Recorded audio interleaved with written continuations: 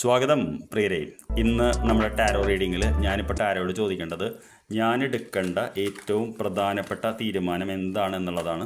അപ്പോൾ നമുക്ക് തീരുമാനം എടുക്കാൻ നമ്മൾ സ്റ്റക്കായി നിൽക്കുന്നുണ്ടെങ്കിൽ നമുക്കതൊരു തീരുമാനമെടുക്കാം.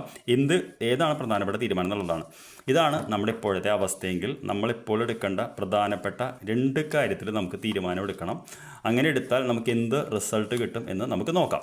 അപ്പോൾ നമ്മുടെ അവസ്ഥ റെസനേറ്റ് ചെയ്യണമെങ്കിൽ വായി കണ്ടാൽ മതി. 7 ഓഫ് വോൺസ് എന്ന് പറയുന്ന കാർഡാണ് നമുക്ക് കിട്ടിയിട്ടുള്ളത്. 7 ഓഫ് വോൺസ് എന്ന് പറഞ്ഞാൽ നിങ്ങൾക്ക് കാണാൻ പറ്റും, ഒരാൾ ഒറ്റയ്ക്ക് നിന്ന് 6 പേരോട് പൊരുതുന്നതാണ്. 6 പേര് ചിത്രത്തിലില്ലെങ്കിലും അവരുടെ ആയുധം നമുക്ക് കാണാൻ പറ്റുന്നുണ്ട്. അപ്പോൾ ഇതിനർത്ഥം സത്യം പറഞ്ഞു കഴിഞ്ഞാൽ ഒരു കൂട്ടം ആളുകളാൽ വളഞ്ഞ് പക്ഷേ അവരാരാണെന്ന് തിരിച്ചറിയാൻ നിൽക്കുന്ന ഒരു അവസ്ഥയാണ് നമ്മൾ. അതായത് എങ്ങോട്ട് പോകണം നമുക്കറിയില്ല, കാരണം നമ്മൾ വളഞ്ഞിരിക്കുകയാണ്. അപ്പോൾ നമുക്ക് എന്ത് പ്രധാനപ്പെട്ട തീരുമാനമാണ് എടുക്കാൻ പറ്റുക? അത് ക്വീൻ ഓഫ് സോർഡ്സ് എന്ന് പറയുന്ന കാർഡാണ്. ഈ കാർഡ് ഈ ഒരു അർത്ഥത്തിൽ പറയുകയാണെങ്കിൽ ഇൻ്റലക്ച്വലായിട്ട് തീരുമാനം എടുക്കേണ്ടത്, അതായത് ബുദ്ധിപരമായിട്ട്. കാരണം നിങ്ങൾക്കറിയാം, ഈ മരത്തിനെ മുറിക്കാൻ കഴിയുന്നതാണ് വോള് എന്ന് പറയുന്നത്. ഇത് ഇരുമ്പ് കൊണ്ട് ഉണ്ടാക്കിയിട്ടുള്ളതാണ്. അപ്പോൾ ഇവിടെ ബുദ്ധിപരമായിട്ടുള്ള ഒരു തീരുമാനമാണ് നമ്മൾ എടുക്കേണ്ടത്. രണ്ടാമത്തത് എന്താണെന്ന് ചോദിച്ചപ്പോൾ ചാരിയറ്റ് എന്ന് പറഞ്ഞിട്ടുള്ള, അപ്പോൾ ഈ 2 കാർഡ് നിങ്ങൾക്ക് നോക്കി അറിയാൻ പറ്റും മൂവ്മെൻറ്റിൻ്റെ കാർഡാണ്.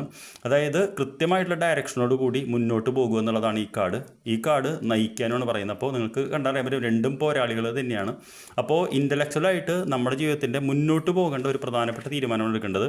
അങ്ങനെ എടുത്തു കഴിഞ്ഞാൽ നമുക്ക് ആഗ്രഹിക്കുന്ന ഒരു ഡയറക്ഷനിലേക്കുള്ള ലക്ഷ്യം കാണാൻ പറ്റുന്നതാണ് പറയുന്നത്. 3 ഓഫ് വോൺസ് എന്ന് പറഞ്ഞാൽ മുന്നിൽ കപ്പൽ നോക്കി നിൽക്കുന്ന ഒരാളാണ്. അപ്പോൾ ഇന്ന് എന്ത് തീരുമാനമാണ് നമ്മൾ എടുക്കേണ്ടത് എന്ന് പറഞ്ഞു കഴിഞ്ഞാൽ വളരെ ബുദ്ധിപരമായിട്ട് നമ്മുടെ ജീവിതത്തിൻ്റെ ഏത് ഡയറക്ഷൻ, നമ്മൾ ഏത് ദിശയിലേക്കാണ് പോകുന്നത് എന്ന തീരുമാനം എത്രയും പെട്ടെന്ന് എടുക്കണം. ദിശാബോധമില്ലാതെ പോയി കഴിഞ്ഞാൽ നമ്മൾ ഇതേപോലെ ഫൈറ്റ് ചെയ്ത് നിൽക്കേണ്ടി വരും.